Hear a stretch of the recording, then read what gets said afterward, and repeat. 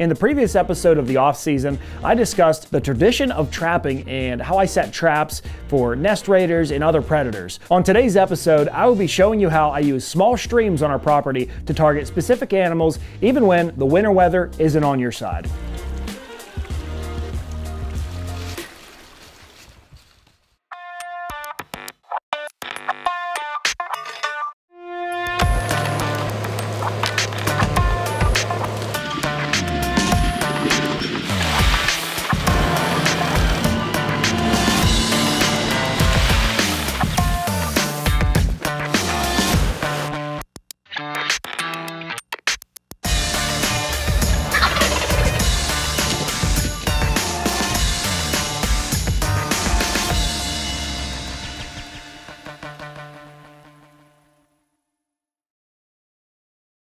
Well, hey guys, welcome back to another episode of the off season. It's almost Christmas here in Pennsylvania and hunting season's pretty much over, so you know what time it is. It is time to trap again. Last year we made an episode talking about targeting nest raiders, and other than that, I really did not have much time to trap last year.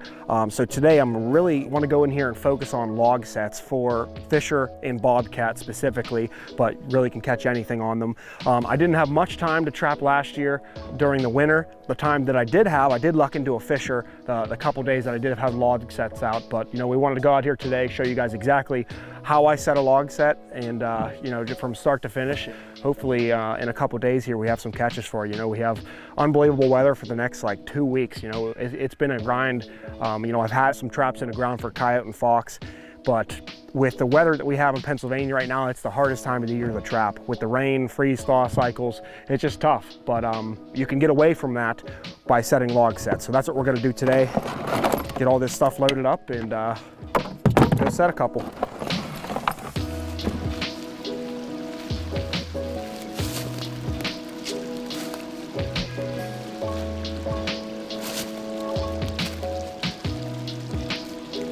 Okay guys, well, we didn't make it very far from the buggy. We're probably about 50 yards away from the buggy.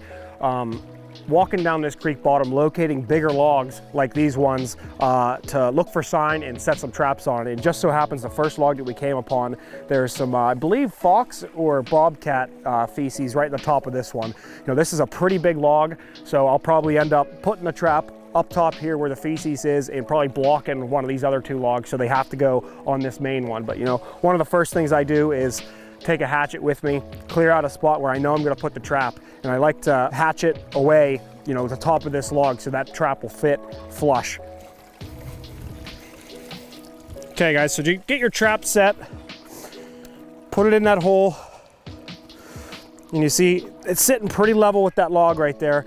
Obviously you're here, so get it perfect. I like to put a little bed of moss below it too, just to help with keeping that trap super just solid on this log. Obviously it's not going to be on there tight. I mean, it's going to be able to move. So once you get it where you like it, little moss bed, get the trap back on there, put moss on top of it, which we'll go through next. Bed of moss there just to help keep it a little stable. And one thing that personally I do not go without is antifreeze flakes. You can get away with a little bit of those freezing temperatures.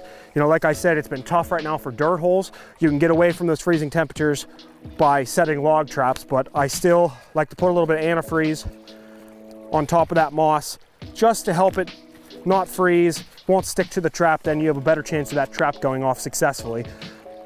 But this log works out perfect because, we have a layer of moss that sort of ends right where we put this trap. So, we'll be able to place this moss right over top of the trap, just like so. And it's like it was never even disturbed.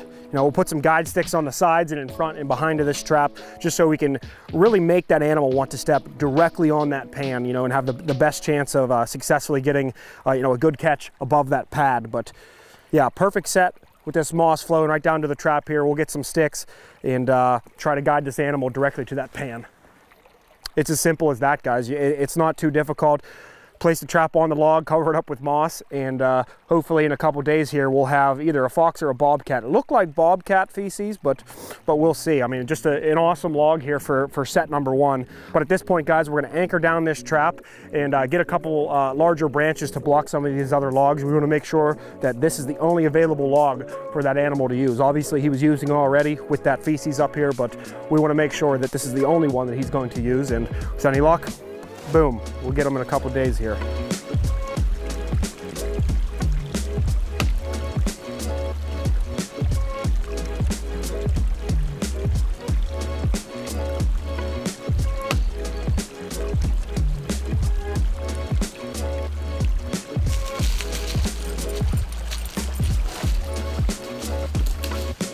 After setting about a dozen or so traps along this creek on our property, there was nothing left to do but wait. I spent the next several mornings walking my trap line with no luck. Had a few close calls and a few misses, but it wasn't until Christmas morning that I would finally catch my first critter.